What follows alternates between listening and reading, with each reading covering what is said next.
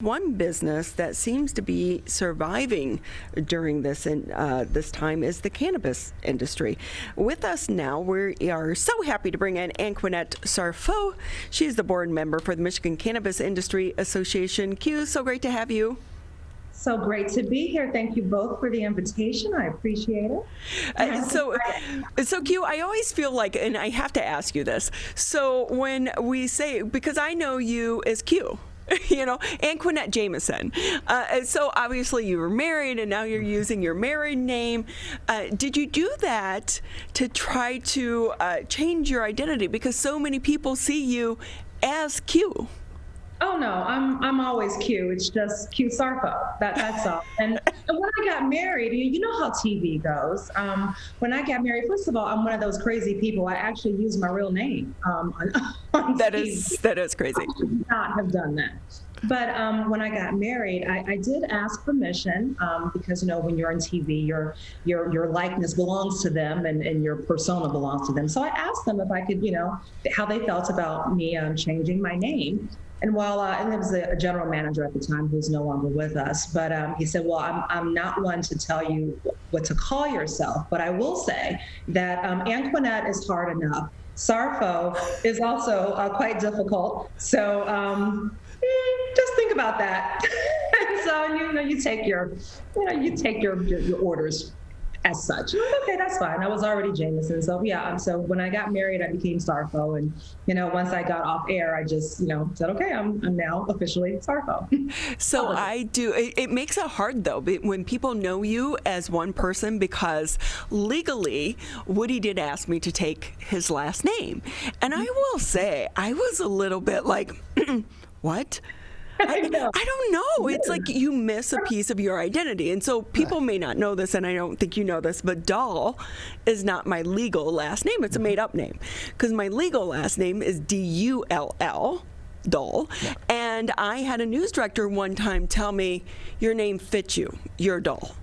And they would never let me. Okay. Yeah, you probably couldn't get away with that today, but you know, back in the day, they could say whatever they want.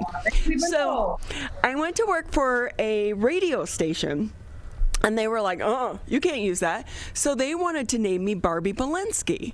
And I said, oh man, no, I'm not going to do that. I'm a real journalist, right? So I was replacing a person who did the headlines, and she used to say, I'm Jane Doe, and now you're in the know. Because you would do the news headlines for like 3 different radio outlets, and they wanted to call me Barbie Belinsky, and I said no. So we compromised. They actually pronounced it Doll, D-O-L-L, but I wouldn't allow them to spell it that way. So I spelled it D-A-H-L. And then once you get the name, it becomes your name. It's very complicated. Do you think guys go through this at all? No, because you know what though? I think a lot of guys, they instantly just have a TV name, because most of the men that I've worked with in TV, they're except the weather guys, those are their real names. But the others, no, those are all pseudonyms. They're all made up names. Yeah, so, Lee Thomas is not Lee Thomas. It was funny. You would see everyone's paycheck and you'd be like, "Who's this?"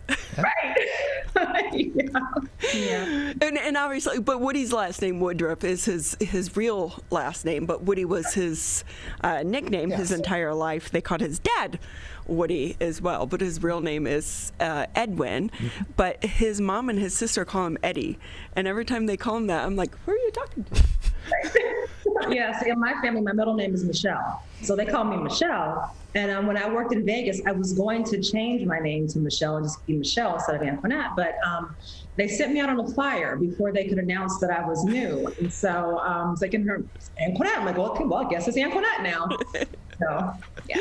Well, we are happy to have you by whichever name that you go through. But we also know, though, your name that so many people connect you to is also a good door opener.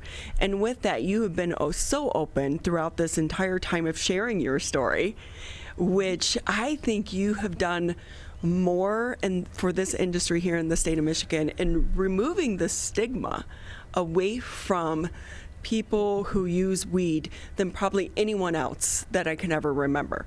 And But what's it been like to be personal during this?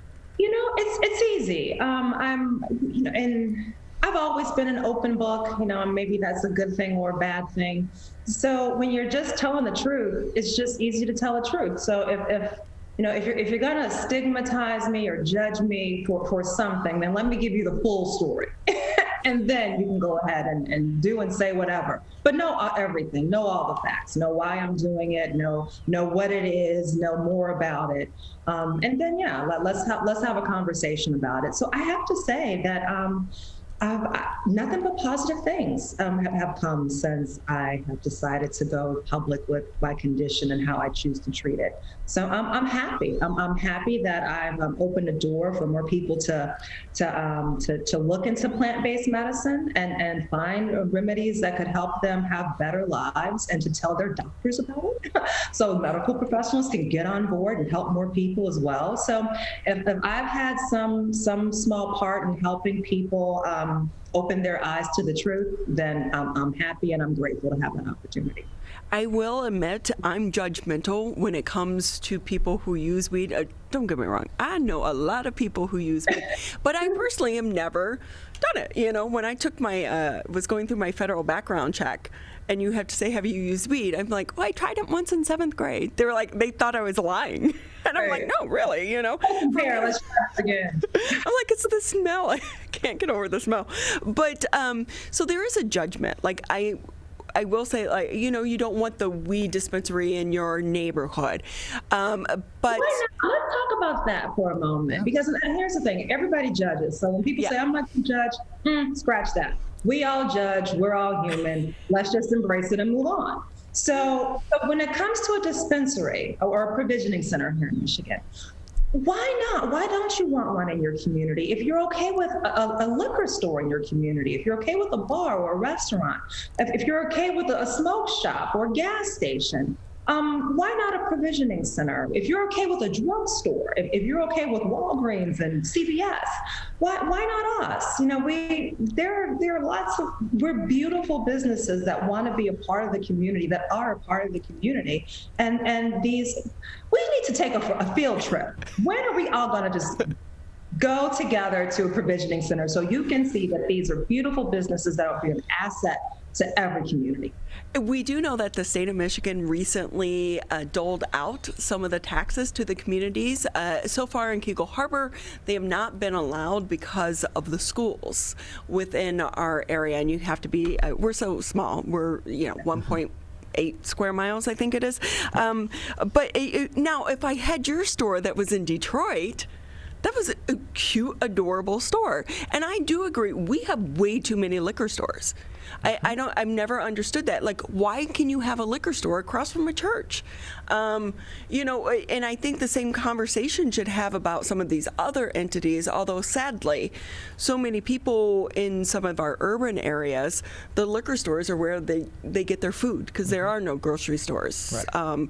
So that is a conversation, I think, to be had. But when I voted to approve it, because I totally believe in the medical side, I thought it was just going to be like, okay, you go to Rite Aid, you get your prescription. But we know it's such a much bigger issue than that. And we need the federal government to get on board.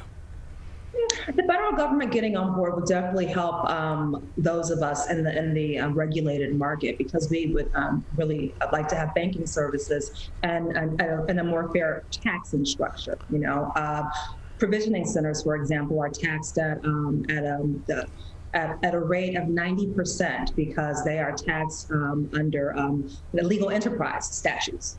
So yeah, and then of course there's just trying to get banking services. So many of us have been kicked out of our banks, our personal banks, for our personal issues. Not even commingling funds. So yeah, if the federal government could at least provide us with banking services, that would be nice, because they are benefiting from our tax dollars. So why not help us be more in line with the rest of the business community in this country? That would be helpful. But, yeah, that would be helpful.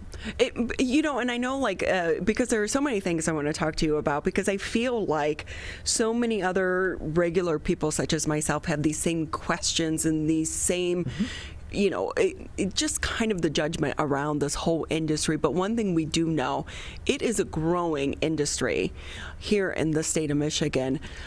But I want to ask you, as someone who is an insider, what does this mean for women entrepreneurs? Can they get a piece of this pie? But even more importantly, what about minorities? Because a lot of people, I think, don't understand. I've been investigating a couple of stories. The big business, some of these big corporations that are behind some of these centers that are opening up. Sure. Well, first of all, let's talk about women, because this is a huge opportunity for women to get involved in entrepreneurship. And we're already seeing that. When you look at cultivators right now, I still have a caregiver. My caregiver is a woman, and so she has a cultivation facility, and so she's growing. There's a community of women in the cannabis industry called Women Grow. And their mission is to grow this industry and make sure that women are a part of it. So you have lots of organizations like that. You have Canaplusive, you have Tokativity, you have Elementa, you have My Tea Parties. So we have a lot of ways that we're trying to get more people interested in the plant and also interested in the industry. When it comes to minority participation, it's the same. It comes to and then not just this industry. I think that it's important for communities to encourage minority participation and female participation in every industry, because your businesses should be reflective of your community. So if you see a void in that, then it's to the benefit of your entire community to fill that void, and you should fill it with people who are in your community who have an interest. So when it comes to either women, when it comes to minorities, when it comes to anyone, this is an opportunity that we will not see again in our lifetime. Okay, this is Prohibition Part 2. And this is a chance to grow a business, to launch a business, and also to help people. You mentioned liquor stores, and I don't want to give any industry a black eye or say disparaging things about it, because I love a glass of wine. But you have people who are looking at this industry and looking at, it's in its infancy. So this is an opportunity, back in the 20s, this is where, the Jim Beam started and all these bourbon houses started. This is now your chance to start at the ground floor of an industry that is only going up. And again, that's really helping people. At the end of the day, we show people how to use plant-based medicine to get rid of general aches and pains of life. And that's a wonderful thing. That is a great thing. We make people happy in a natural way. And that's a beautiful thing. So, yeah. And it's not like plant-based medicine hasn't been around since ancient times. It's just really kind of realigning the conversation and educating people such as myself. And with that, though, we have to talk about Hash Bash. It's a go this year? Well, it's a go on your screen at home. It's yes, we're turning it into a televised broadcast. So full production values. We're going to be in this huge studio. We have so many acts lined up, musical acts, educational videos, motivational speeches. And we have our lineup includes the governor, the attorney general, Congresswoman Debbie Dingell, I think Eli Savitt, who is making a lot of news lately as the Washtenaw County District Attorney, I believe. Let's see. I'm emceeing it. Leila Al-Vadi is doing a lot of music throughout. And so people can check it out on twitch.tv/A2hashbash. So it's going to be televised. You can just watch it at home from the comfort of your home. That's great. It's always great talking to you, and I so appreciate you and your story and your courage to tell your story. But not only that, like, you're so enthusiastic about life. It's infectious. We've had a couple of the people, the mayor on from the city of Pontiac, and I know that the city of Pontiac, they're really waiting for the administration there to basically get off their butts and issue the license to some of these business owners, because that's one of the things that's kind of, contributing to so many of the, storefronts being empty in the city of Pontiac, because they're waiting to find out if they're going to get the license. So you have patience and you have grace to help us all navigate this new world of cannabis. So we so appreciate it.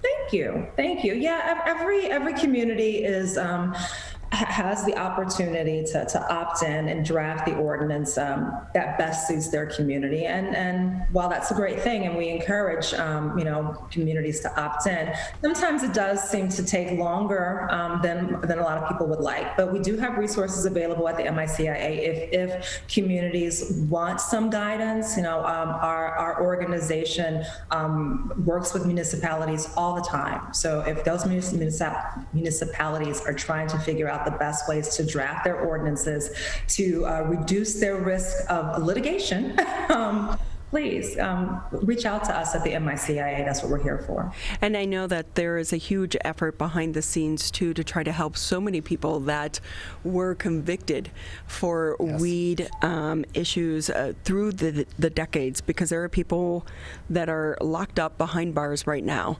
that shouldn't be there. And so I know that there are so many people helping to push that effort, and let's hope it continues to gain steam in 2021. Q, anything maybe we didn't touch on that you want to mention before we say goodbye? Oh, sure. Real quick. So if people want to participate in expungement efforts and making sure that people who are convicted of marijuana crimes are reintroduced to society on a good footing, reach out to the Redemption Foundation. And also, if anyone would like information on how to use cannabis and how to use CBD and THC and all the cannabinoids in their body, all the cannabinoids that are available, they can join us at my monthly tea parties there at the end of the month, the last Thursday of every month, at cultureclub.com. And so we have a cannabis nurse. She's an RN, and so she's available to answer any of your questions when it comes to how to use cannabis for medical issues. And this month is MS Awareness Month, so happy MS Awareness Month, which is why my colors are in orange this month. And so we're going to talk about MS and autoimmune conditions and how cannabis and CBD can help mitigate those conditions. They help you deal with living with those conditions. So please join us, cultureclub.com. And culture is spelled with a Q because I'm cute. Well, with that, Q, it's been great having you. We appreciate your time, and we appreciate your expertise as well. Thank you so much for being with us. Continue to educate people such as myself. Always. Glad to do it. Thank you for being a great student, by the way. I try every day. Anqunette Sarfoh, who is also kind of known here in the community as Anqunette Q Jameson. She was on Fox 2, but is now a board member for the Michigan Cannabis Industry Association.